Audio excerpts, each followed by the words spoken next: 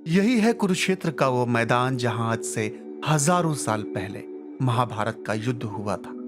एक तरफ कौरवों की असंख्य सेनाएं थीं तो दूसरी ओर पांडवों के बस कुछ हजार लोग। और फिर जब अर्जुन को दुविधा ने आकर घेरा तो इसी पेड़ के नीचे भगवान श्री कृष्ण ने उन्हें गीता का उपदेश दिया।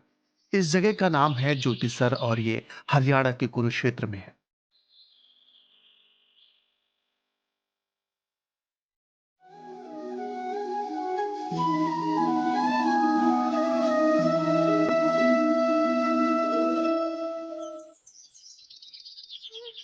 असल में कुरुक्षेत्र ही वो जगह है जहां महाभारत का युद्ध हुआ था।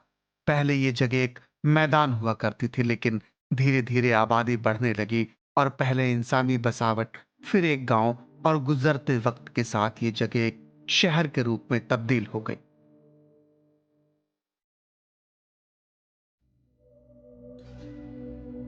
कुरुक्षेत्र रेलवे स्टेशन से करीब 8 किलोमीटर दूर पड़ता है यह स्थान, जिसे गीता उपदेश स्थल या ज्योतिसर कहा जाता है। ज्योतिसर इसलिए क्योंकि यहाँ अक्षयवट के नीचे एक हजारों साल पुराना शिवलिंग है जिसे ज्योतिसर लिंग के नाम से जाना जाता है। मान्यता ऐसी है कि ज्योतिसर मंदिर परिसर के बीच खड़ा ये वृक्ष वही अक्षयवट है जिसके नीचे योगेश्वर भगवान श्री कृष्ण ने अर्जुन को गीता का उपदेश दिया था। इसके नीचे भगवान श्री कृष्ण और अर्जुन की एक रथ पर बैठी हुई प्रतिमा स्थापित है। संगमरमर के एक छोटे से मंदिर में राधा कृष्ण की एक प्रतिमा भी विराजमान है, साथ ही एक चरण चिन्ह भी।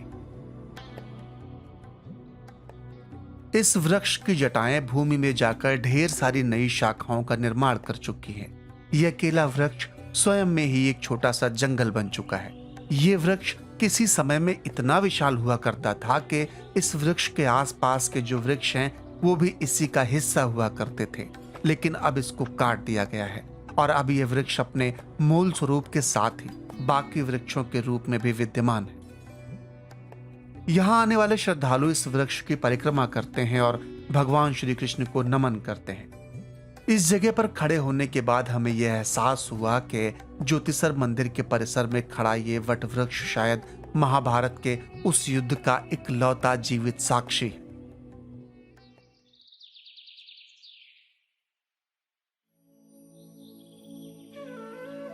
मंदिर के अंदर पीछे की तरफ का एक काफी बड़ा इलाका मंदिर परिसर में ही आता है।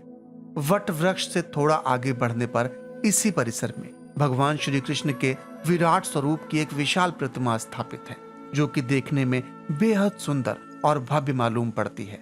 यह प्रतिमा एक ऊंचे प्लेटफॉर्म पर स्थापित है जिसके चारों ओर महाभारत युद्ध की सुंदर आकृतियां बनी हुई हैं और वो इस तरह से बनी हैं कि नजदीक से देखने पर 3D सी लगती हैं।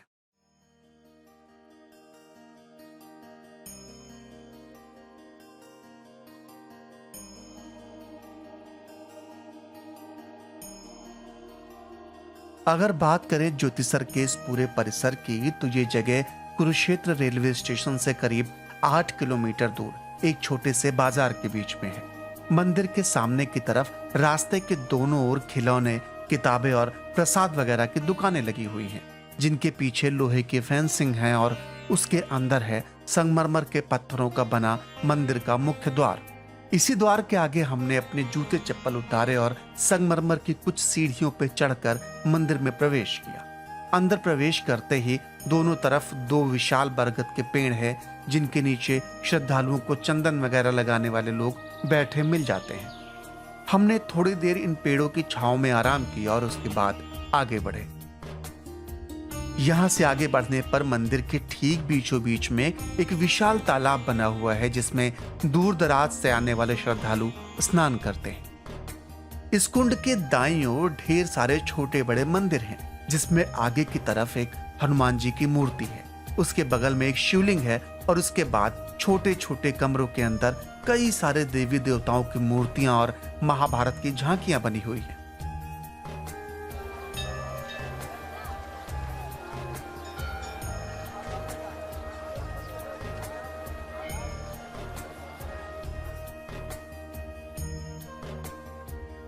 इसके आगे बढ़ने पर उसी तालाब के किनारे लेकिन थोड़े ऊंचे स्थान पर वो प्राचीन वट वृक्ष है जिसके नीचे भगवान श्री कृष्ण ने गीता का उपदेश दिया था। इस वृक्ष के आसपास भी कई छोटे छोटे मंदिर हैं जिनमें माँ दुर्गा, लक्ष्मी नारायण और कई अन्य देवी देवताओं की मूर्तियां हैं। बगल में ही एक वृक्ष के नीचे बजरंग बली की एक और प्रतिमा विद्यमान है।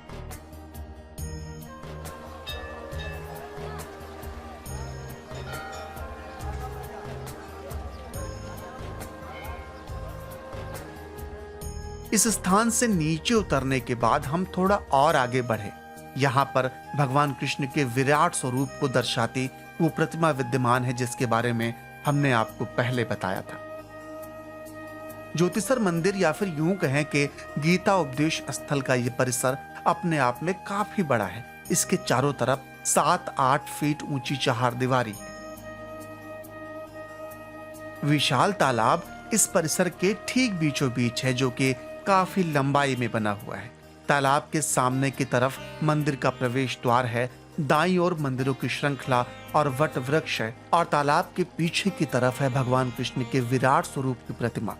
इस बगीचे नुमा मंदिर के इस खुले भाग में रात को महाभारत युद्ध का लाइट और साउंड का शो भी होता है, लेकिन अफसोस हमारे पास यहाँ रुककर उसको देखने का समय बिल्कुल नहीं था।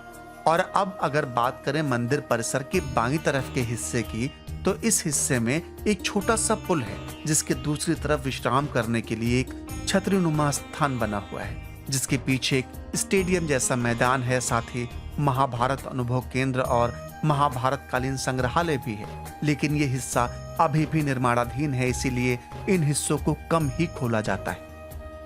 इसको ना देख पाना एक बुरा अनुभव था, लेकिन हम इसके लिए कुछ कर नहीं सकते थे, तो हम तालाब के बाईं तरफ के हिस्से पर बनी घाटनुमा सीढ़ियों पर आगे बढ़ गए। तालाब के किनारे थोड़ी देर चलने के बाद ये सीढ़ियां हमें वापस मुख्य मार्ग पर ही ले आई, यानी बरगद के उन्हीं पेड़ों के नीचे जहां से हमने ये वीडियो शुरू की थी।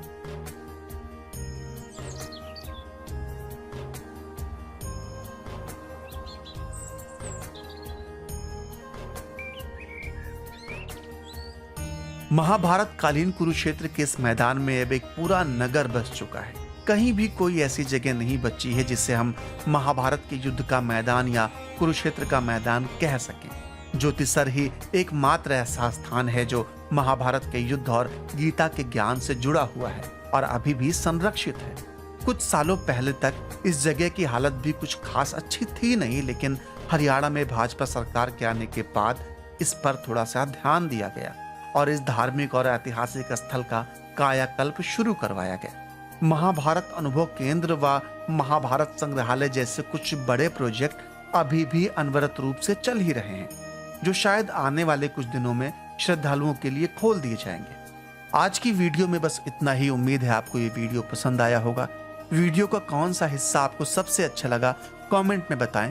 ये वीडियो अपने दोस्तों को शेयर करें और अगर आप इस चैनल पर नए हैं तो इस चैनल को सब्सक्राइब करना न भूलें।